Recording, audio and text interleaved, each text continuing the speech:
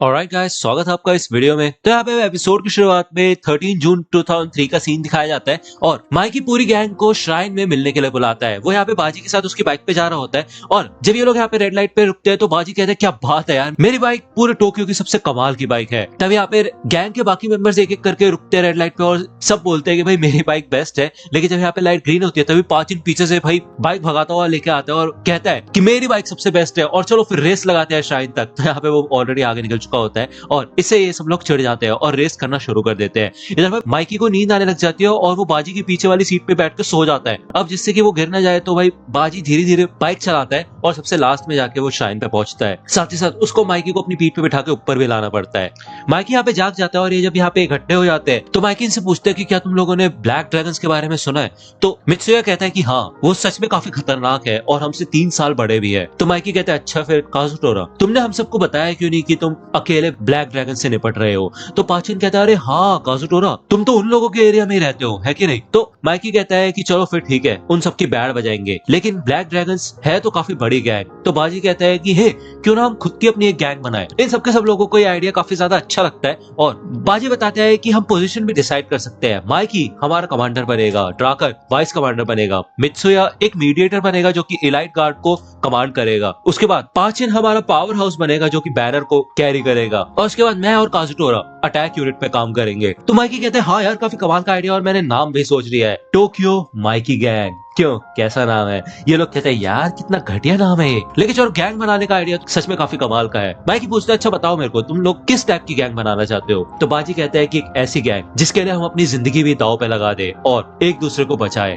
तो पाचिन कहते हैं क्यों ना हम चार्म्स खरीदे इस मौके को यादगार बनाने के लिए। तो ये जब यहाँ पे चार्म्स खरीदने के लिए जाते हैं तो ये देखते हैं कि हर चार्म की कीमत भाई 500 येन से ऊपर होती है और ये लोग अपनी जेब खाली कर देते हैं, लेकिन तब भी इनके पास पूरे पैसे नहीं होते कि ये अपने लिए एक भी चार्म खरीद पाए। तो ड्रागन कहते हैं क्यों ना हम अपने पैसों को अगर मिला दे तो हम एक चार्म तो खरीद ही सकते हैं। तो जब ये लोग एक चार्म खरीद लेते हैं तो माइकी कहता है कि बाजी तुमने ही ये गैंग बनाने का आइडिया दिया था, तो इसलिए इस चार्म को तुम अपने पास रखो संभाल के। यहाँ पे फिर से हमें अभी का सीन दिखाया जाता है और माइकी ने अपने हाथ में वही चार्म पकड़ रखा होता है। उसको रियलाइज होता है कि भाई बाजी ने तब से लेके अब तक उसका ख्याल रखा हुआ था और अपने पास रखा था। यहाँ पे जब वो पास्ट के बारे में सोच रहा होता है कि कैसे बाजी ने ही टोमान की शुरुआत की थी और वो चाहता था कि ये गैंग सबकी रक्षा करे और अब बाजी ही यहाँ पे नहीं है। तभी यहाँ पे पुलिस की सायरन की आवाज सुनाई देती है और ये सब यहाँ से भागने की सोचते हैं। काजुटोरा कहता है कि तुम सब यहाँ से चले जाओ और मैं बाजी के साथ ही रहूंगा, ये मेरी गलती है और मैं इस चीज का प्रायश्चित करना चाहता हूँ। जब ये लोग यहाँ से जाना शुरू कर देते हैं तो काजुटोरा इधर माइकी से कहता है कि मैं तुमसे माफी की उम्मीद नहीं करता, लेकिन इस चीज का बोझ मेरे ऊपर जिंदगी भर रहेगा। वो यहाँ पे झुकता है माइकी के सामने और माइकी इधर से चला जाता है। यहाँ पे बैटल खत्म हो चुकी होती है और टोमान जीत चुका होता है, काजुटोरा अरेस्ट हो चुका होता है और इस दिन को ब्लडी हैलोवीन के नाम से जाना जाता है। 2 हफ्ते बाद चिफुयो इधर बाजी की कब्र के पास जाता है और याकिसोबा लेके आया होता है उसके लिए, क्योंकि लास्ट विश आपको याद ही होगा, बाजी ने कहा था कि हम स्प्लिट करेंगे, आधी आधी खाएंगे याकिसोबा। तो वो इधर रख देता है और वो याद करता है कि जब वो 12 साल का था और अपने नए स्कूल में फर्स्ट ईयर में आया था तब उसने कुछ बड़े लोगों को पीट दिया था। वो यहाँ पे अपने आप को काफी इंपॉर्टेंट समझने लग गया था और कुछ समय बाद उसके फॉलोअर्स ने आके उसको बताया था कि फर्स्ट ईयर में एक ऐसा बंदा है जो कि अभी भी फर्स्ट ईयर में पढ़ा हुआ है, वो पास ही नहीं हुआ और फेल हो गया था। तो ऐसा लगता है कि वो काफी अच्छा डेलिंक्वेंट बन सकता है और हमारे साथ आ सकता है। तो चिफुयो कहता है अच्छा ऐसी बात है क्या, चलो फिर चलते हैं उससे मिलने के लिए। जब वो लोग इस रूम में आते हैं तो देखते हैं कि इधर बाजी होता है और चिफुयो ये सोचता है भाई ये क्या बंदा है, ये तो एकदम किताबी कीड़ा लग रहा है भाई, चश्मा वगैरह लगा के चिपके से बाल इसके, ये क्या डेलिंक्वेंट बनेगा। लेकिन जब इतना पढ़ ही रहा है तो यार ये फेल कैसे हो गया। तो इसके फॉलोअर्स सोचते हैं कि भाई ये जरूर ये ना दूसरों का काम वाम करता रहता होगा, इसलिए इसको स्कूल आने का मौका नहीं मिला होगा और फेल हो गया होगा, हो सकता है। तो चिफुयो कहता है अरे छोड़ो यार, इसमें कोई खास बात नहीं है। लेकिन फिर बाद में जब बाजी अकेला होता है तो चिफुयो उससे मिलने के लिए आता है और उसे देखता है कि वो पढ़ाई कर रहा है। वो देखता है कि यहाँ पे उसको टाइगर की स्पेलिंग भी नहीं आ रही होती लिखनी और उसे ऐसे कपड़े क्यों पहन रखे वो पूछता है। बाजी कहता है कि मैं फिर से फेल नहीं हो सकता, नहीं तो मेरी मॉम काफी रोएगी।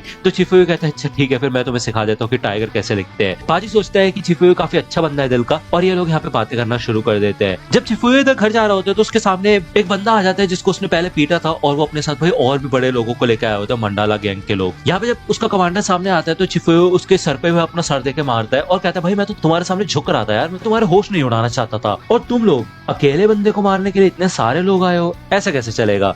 यहाँ पे चिफुयो इनमें से कुछ की बैंड बजाना शुरू कर देता है, लेकिन फिर भी ये काफी ज्यादा लोग होते हैं जो कि चिफुयो के ऊपर भारी पड़ने लग जाते हैं। तभी साइड में से बाजी आता है और वो कहता है कि कितने घटिया हो तुम लोग यार, एक ही बंदे के ऊपर अटैक कर रहे हो। हे चिफुयो, मैं तुम्हारा शुक्रिया अदा करना चाहता हूँ, तुम्हारी वजह से मेरा लेटर पूरा हो गया और तुम्हें शुक्रिया अदा करने के लिए मैं तुम्हारी मदद करूंगा। तो चिफुए यहाँ पे उसे मना करता है, लेकिन भाई बाजी तो एक ही हिट में मांडाला के कमांडर की ऐसी तैसी कर देता है। उसके बाद वो इन सबकी वाट लगा देता है और इन्हें धमकी देता है कि अगर तुमने मेरे दोस्त को हाथ भी लगाया ना तो तुम्हारी गैंग का नाम निशान मिटा दूंगा मैं, समझे। तो बाजी इधर चिफुए के पास आता है और कहता है, हे क्या तुम्हें याकिसोबा पसंद है।